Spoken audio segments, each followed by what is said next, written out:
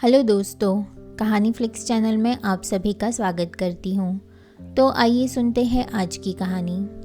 वाह कनु, क्या खुशबू है। सच में आज तो विराज के मज़े हैं। आज जब तक उसका पेट ना भर जाए या यह लड्डू खत्म ना हो जाए तब तक उसे कोई रोक नहीं सकता। क्या भाभी, आप भी ना मेरे मज़े लेने का कोई मौका नहीं छोड़ती। नहीं कनु, सच में मैं कितनी भी कोशिश कर लूँ लेकिन तेरे हाथों के बने लड्डू और नारियल की चटनी में जो स्वाद है वह आता ही नहीं है। अच्छा, अब यह सब रहने दो कनु, मैं कर लूँगी। तुम हाथ धोकर बाहर लॉन में जरा शैतानों को देखो, बड़े मज़े से तितलियाँ पकड़ रहे हैं तीनों। मैं भी हम दोनों की चाय लेकर वहीं आती हूँ। ठीक है भाभी, लेकिन चाय में इलायची डालना मत भूलना। हाँ मेरी छुटकी, मुझे याद है। अब तुम जाकर बैठो, मैं बना कर लाती हूँ। ठीक है। कन्नू भी मुस्कुराकर लॉन में चली गई। वहाँ कन्नू का 6 साल का बेटा उसकी भाभी सुजाता के दोनों बच्चों के साथ दौड़ दौड़ कर तितलियाँ पकड़ रहा था और खूब खुश हो रहा था। कन्नू यानी कनिका, जो बहुत समय बाद अपने मायके आई है। माँ पिताजी नहीं रहे, लेकिन कनिका को उसके भाई भाभी ने कभी उसकी कमी महसूस नहीं होने दी। उसकी भाभी ने हमेशा ही कनिका को अपने बच्चों जैसा प्यार दिया। यह लो कन्नू, तुम्हारी चाय और तुम्हारा फेवरेट बिस्किट। भाभी, यहाँ अभी भी मिलते हैं? हाँ, नुक्कड़ पर जो दुकान वाला था ना, उसी के यहाँ से मंगाई है। अब उसकी दुकान आगे मार्केट में हो गई है। कन्नू और सुजाता दोनों चाय पीने लगी और इधर उधर की हल्की फुल्की बातें करने लगी। कन्नू, एक बात पूछूं? हाँ भाभी, बोलिए, क्या बात है? तुम इतनी थकी थकी और उदास क्यों लग रही हो? कोई बात है क्या? कन्नू, बताओ ना। नहीं भाभी, ऐसे क्यों बोल रही है? कन्नू, तुम मन से बहुत थकी हुई लग रही हो। जो कन्नू घर में आ जाए तो सुनी दीवार भी बोलने लगे, जो रोते हुए को भी हंसा दे। वह कन्नू को क्या ससुराल में छोड़ आई हो? क्या हुआ, बोलो ना। मम्मी जी से फिर कुछ हुआ क्या? कुछ कहा क्या उन्होंने? हाँ भाभी, थोड़ा परेशान तो हूँ, लेकिन मम्मी जी को लेकर नहीं। उनकी बातों और तानों की तो अब मुझे आदत हो गई है। और मेरी परेशानी रोहन को लेकर है। क्या हुआ है रोहन को? उसका स्वास्थ्य तो ठीक है, फिर क्यों इतना परेशान हो? भाभी, स्वास्थ्य को लेकर कोई परेशानी नहीं है। परेशान मैं इसकी आदतों को लेकर हूँ। यहाँ देखिए कितने अच्छे से खेल रहा है। वहाँ घर पर तो फ़ोन और टीवी से हटता ही नहीं है, जिसकी वजह से उसकी पढ़ाई तो डिस्टर्ब हो ही रही है, बल्कि उसकी आदतों में भी बदलाव होता जा रहा है। कुछ कहो तो बात बात पर चिल्लाता है और गलत तरीके से जवाब देता है। समझ नहीं आ रहा है, क्या करूं? कन्नू, बच्चे को ज़्यादा समय दे, उसके साथ गेम खेल। क्या वहाँ आसपास के बच्चे नहीं हैं हम उम्र के? उनके साथ खेलने दे। वही तो मैं कर नहीं पा रही हूँ भाभी। सारे घर की जिम्मेदारी मुझ पर ही है। मैं चाहकर भी इसे समय नहीं दे पाती हूँ, और जब भी फ़ोन के लिए डांटती हूँ तो मम्मी जी मुझे सुनाने लगती है कि बच्चे की हंसी खुशी तुझे अच्छी नहीं लगती क्या? कंगालों के खानदान से है, तुझे क्या पता बड़े घर के बच्चे कैसे पाले जाते हैं। कौन सा तू अपने मायके से फ़ोन लेकर आई है? अरे एक ख़राब हो गया तो दूसरा आ जाएगा। पड़ोसियों के बच्चों के साथ भी नहीं खेलने देती है, कहती है छोटे लोग हैं। स्कूल से आने के बाद सारा टाइम इसका वीडियो गेम, फ़ोन और टीवी में ही चला जाता है। कन्नू, तो तूने सौरभ से बात की इस बारे में? नहीं भाभी, वह बिजनेस के कामों में इतने परेशान रहते हैं कि क्या कहूँ कब कहूँ समझ ही नहीं आता। बिजनेस के चक्कर में उन्हें ज़्यादातर शहर से बाहर ही रहना पड़ता है, और यह सब सास बहू वाली बातें बताकर मैं उन्हें परेशान नहीं करना चाहती। उनके काम के तनाव को तो कम नहीं कर सकती, तो कम से कम उनको परिवार के तनाव से तो दूर रख सकती हूँ ना। मम्मी जी का उनके पोते के प्रति प्यार उसे किस दिशा में ले जा रहा है, यह कैसे समझाऊँ? यही मेरी परेशानी का कारण है। कन्नू, बच्चों के सही विकास के लिए उसके तन और मन दोनों का सही विकास होना बहुत ज़रूरी है।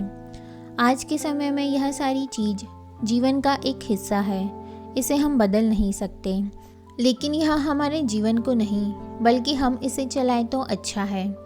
इस फ़ोन और इंटरनेट की दुनिया में बच्चे जहां समय से पहले बड़े हो जाते हैं, वहीं गलत तरीके से गलत जानकारी की वजह से कुछ ऐसी गलतियां कर लेते हैं जिससे जीवन भर पछताना पड़े।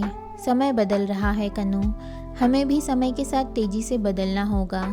हम इन सब चीज़ों को रोक नहीं सकते, लेकिन हाँ, लगाम जरूर लगा सकते हैं। बच्चों को दूसरों के सामने डांटना या उन पर हाथ उठाना उनके अंदर गलत मानसिकता भर देता है। माता पिता की भी लाइफ इतनी बिजी हो गई है कि बच्चों को समय दे पाना उनके लिए भी मुश्किल होता जा रहा है। कन्नू, आज मैं तुझे एक कहानी सुनाती हूँ जो है तो बच्चों की, लेकिन हम माँओं के लिए भी परफेक्ट है। सुन, एक बार इतनी जोरदार की गर्मी पड़ी कि पानी के सारे तालाब, नदियाँ सूख गए। जंगल के सारे पशु पक्षी परेशान कि क्या करें, कहाँ जाए। लेकिन तभी कौवा बोला, तुम लोग ऐसे ही परेशान होते रहो, मैं तो इस तरह की परेशानी से निपट चुका हूँ और तब भी मैंने खूब पानी पीकर अपनी प्यास बुझाई थी और इस बार भी मुझे पानी की कोई परेशानी नहीं होगी। मैं तो चला और तुम सब लोगों में से सबसे पहले पानी पीकर मैं ही वापस आऊँगा। इतना बोलकर कौवा पानी की तलाश में उड़ गया। आसपास के सभी तालाब सूख चुके थे। कौवा भी गर्मी से परेशान हो चुका था। उड़ते उड़ते वह एक गांव के ऊपर से गुजरा तो वहां उसने देखा एक कुएं पर कुछ औरतें पानी भर रही थी। पानी को देखकर कौवे की खुशी का ठिकाना नहीं रहा और वह तुरंत कुएं के पास पहुंचकर खुशी के मारे काँव काँव करने लगा। लेकिन कौवे को काँव काँव करता देख वहां की औरतों ने उसे मार मार कर उड़ा दिया। कौवा बेचारा पानी ना पी पाया और फिर से पानी की तलाश में लग गया। थोड़ी दूर पर उसे एक घड़ा दिखाई पड़ा। वह खुश हो जाता है, चलो इस बार भी मुझे पानी का घड़ा मिल गया। अब पानी पीकर मैं अपनी प्यास बुझा लूँगा और जंगल में सबको जलाऊंगा कि इतनी गर्मी में भी मैं पानी पीकर लौटा हूँ। कौवा तुरंत घड़े के पास गया। उसने घड़े में झाँक कर देखा तो घड़े में पानी तो था, लेकिन उसकी पहुँच से बहुत दूर था। उसने मुस्कुराकर कहा, मुझे पता है कि मुझे क्या करना है। कौवा तुरंत उड़ा और एक एक करके कंकड़ उसमें डालने लगा। कुछ कंकड़ डालने के बाद उसने देखा अब भी पानी उसकी पहुंच से दूर था। उसने फिर से कंकड़ डालने का काम शुरू कर दिया। फिर थोड़ी देर मेहनत करने के बाद उसने फिर से घड़े में झाँक कर देखा, लेकिन अभी भी पानी उसकी पहुंच से दूर था। उसने सोचा, थोड़ा और कंकड़ डालता हूँ, तब पानी मिल जाएगा। वह कंकड़ लाने के लिए उड़ जाता है। वहीं पेड़ पर एक तोता बैठा था। वह कब से कौवे के इस काम को देख रहा था। कौवे के उड़ते ही तोता नीचे आया और उसने देखा पानी सचमुच बहुत से दूर है। तभी उसने वहीं पास में जमीन पर पड़ा एक स्ट्रॉ देखा।